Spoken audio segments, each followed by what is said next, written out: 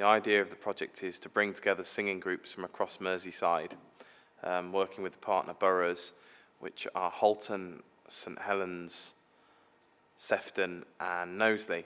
We've commissioned Bill Connor to work with the different choirs around Merseyside, and it's an experiment really, because we don't know what's going to happen at all.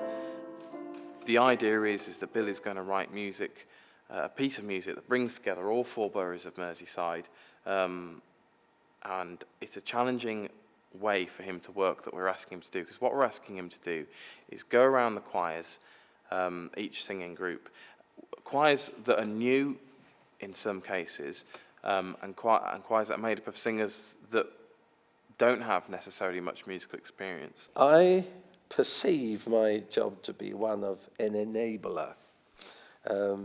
Sure, I'm a composer, that's how I earn my living, but in this project it's much more to do with working with people to produce their own ideas, their own materials, their own words, their own take on things. And to create a piece of music out of that and work and create that music working with each choir as an individual choir. So they'll only come together as one big choir once in December for the performance, which is quite frightening and scary, I think. We have 3 adult choirs, 2 that are brand new and 1 that's been going for a while, and 1 group of kids who are initially dancers but who have been interested enough to come on board and sing. Take a 57 back and wait to heaven from witness heading north. Past attractive junctions with multiple functions where roadworks set you forth. I've been taking them through the process of how you get an idea, how you make it work, and what you do with it beyond that, and then pull it together as a through piece of music. But it has 4 parts to it, but they interlink as well. And everybody ends up with a piece, and everybody starts with a piece.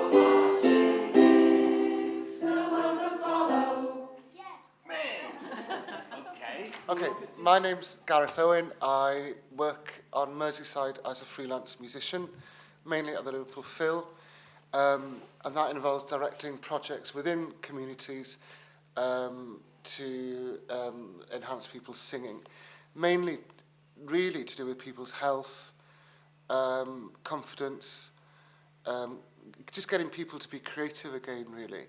I think there was a time, especially in places like St Helens, where men did creative music, such as brass bands. And now it's changed over, so women do much more now, and choirs are quite trendy, I think. And from my perspective, I think it's good for your health, it's good for your heart, it's good for depression, it's good for confidence, it's good for socialising, it's good for finding your voice if you've had a terrible time in your life. And I think people tend to do it much more now for those reasons as opposed to showing off on stage. So the process of creating a piece of music or rehearsing is as important to me as the performance. All the people that came 8 weeks ago just really replied to an advert which was come and enjoy singing, and I don't think anybody realised the brilliant project that we ended up in the middle of, and we've been able to put our ideas towards it. Bill's literally taken everybody's words and put beautiful music, and we've been learning that. Okay, just try the all bit again. 3, oh. First, can you put your all as well? Oh. Okay, and I'll sing your oh. I'm teaching what Bill's writing, and I love it. I think he's a great composer, and I think he's worked really well with them and responded really well to their lyrics, and many of them have written lyrics and emailed stuff to him, and I think there's a sense of ownership then, isn't there, that's not misplaced, in that they're singing their words, which is great.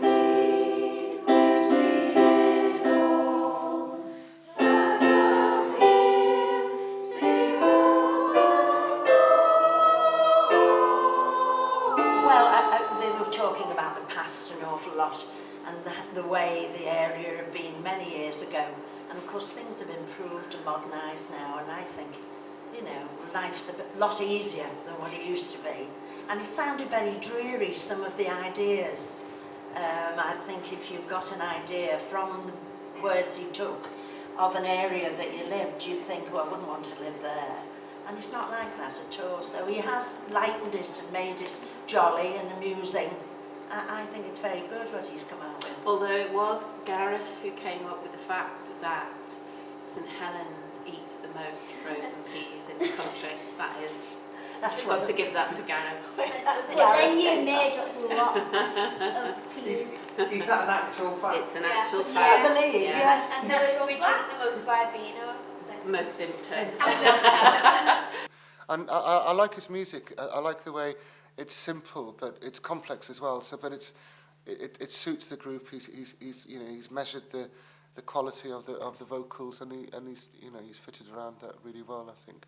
It's like he like listens to you all the time, and like if you need help with something, like he'll like changing the notes. He'll like change the notes for you. Yeah, if you don't like a line of the song and you tell him, he'll try to change it. And as well, Gareth sort of like, instead of just doing music from like the past, he's done music for us. Like now and stuff. So music that we know more. Musically, they're quite a good group. Oddly enough, I asked them last week. I'd say the average age was about 60, 55, 60. And most of them haven't sung since they were at school. So it's a big thing for them. There's only about 3 people who can read music, and about 2 people are in other groups. So I think they're doing good. The older generation looks down on us. They think we're doing something when we're up to doing nothing at all. Nothing at all. Nothing at all. Nothing at all. Or in other words, those old fogies like me, who look down on you, who I don't, that say you're up to doing something, they should know better because they've done it before. 30 years ago, 20 years ago, 40 years ago, 140 years. What? Yeah.